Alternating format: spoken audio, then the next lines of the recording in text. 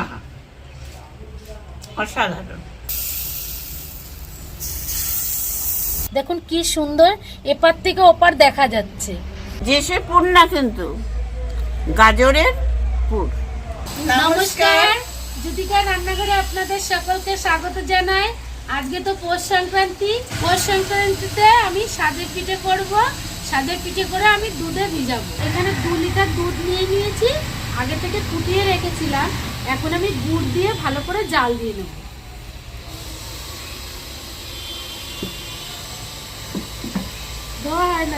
বলতে এখানে খেজুরের পাটালি নিয়ে নিয়েছি, দিয়ে দেব। নতুন শাঁস কিনে এনেছি, শাঁসটা আমি লবণ দিয়ে ভালো করে পুড়িয়ে নিয়েছি। এখানে দেখুন আমি গরম জল করে নিয়েছি উষ্ণ। সিদ্ধ চাল আমি বেটে নিয়েছি, আর এখানে গোবিন্দভোগ চাল বেটে নিয়েছি। সিদ্ধ চাল বাটাটা আগে দিয়ে দিচ্ছি।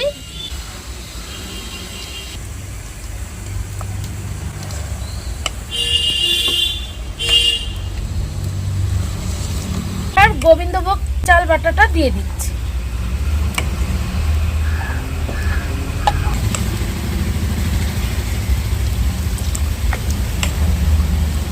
এখানে আমি অল্প পরিমাণে ময়দা নিয়ে নেব, ভালো করে গুলে নেব। স্বাদ মতন লবণ দিয়ে দেব। দেখুন গোলাটা কিন্তু খুব সুন্দর করে গুলতে হবে, যাতে কোনো দানা টানা না থাকে। দুধটা কিরকম কালার এসে গেছে সেটা দেখ। গুড় দাও না, হ্যাঁ, গুড়ের কালার সুন্দর কালার এসেছে। দুধটা ভালো করে ফুটে গেছে, এবার আমি নামিয়ে নেব। এবার আমি শাঁসটা বসিয়ে দিচ্ছি। তেল লাগিয়ে নিয়েছি, এবার আমি পিঠেটা তৈরি করব। আমি আগে অল্প অল্প করে দেব, কেননা এই পিঠাটা আমি প্রথমে উনুনকে দেব।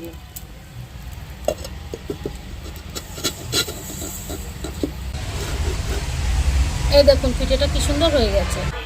দেখুন পিঠেগুলো খুব সুন্দর করে ফুলেছে। এবার আমি একটা একটা করে তুলে নেব।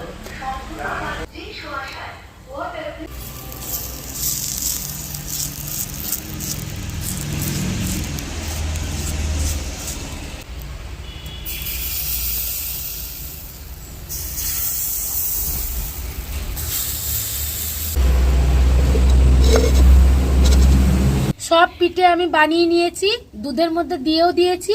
আর একটা এই যে দেখুন আপনাদেরকে দেখাচ্ছি কেমন হয়েছে। দেখুন কি সুন্দর, এপার থেকে ওপার দেখা যাচ্ছে। এরকম ভাবে আতপ চাল আর গোবিন্দভোগ চাল তার সাথে একটু ময়দা মিশিয়ে আপনারা পিঠেটা বানিয়ে খেয়ে দেখবেন।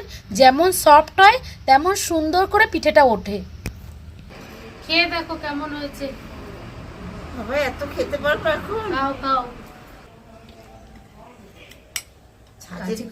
হ্যাঁ, কাঁচি। এই দেখো বাদি,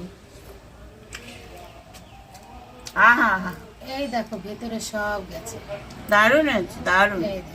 দারুণ হয়েছে, সত্যি দারুণ হয়েছে, খুব ভালো হয়েছে।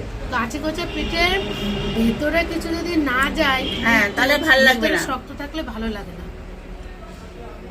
হাত দিয়ে খাই, হাত দিয়ে খাও। বাঙালি হাত দিয়ে না খেলে মজাটা আসে না। আহা, অসাধারণ। মিষ্টি দুধ সব কিছুই পারফেক্ট হয়েছে। করে খাবেন, সবাইকে খাওয়াবেন। আমি তো খাচ্ছি। পাটিসাপটা তো ঘরে করা হয়েছিল। আহা, দেখতে পাচ্ছেন তো পুরটা? যে সে পুর না কিন্তু গাজরের পুর। না খেলে বুঝবেন না এটা কি জিনিস। আর এটা হচ্ছে তেলের পিঠে। এই পিঠাটা ঠান্ডা হলেই বেশি ভালো লাগে। তা ঠান্ডা হওয়ার পরে আপনাদের খেয়ে দেখালাম কেমন হয়েছে। নতুন নতুন ভিডিও পাওয়ার জন্য আমার চ্যানেলটিকে ফলো করে রাখবেন। আবার নতুন একটি পর্ব নিয়ে। আপনারা সকলে ভালো থাকবেন, সুস্থ থাকবেন, সাবধানে থাকবেন। নমস্কার। আমি খাচ্ছি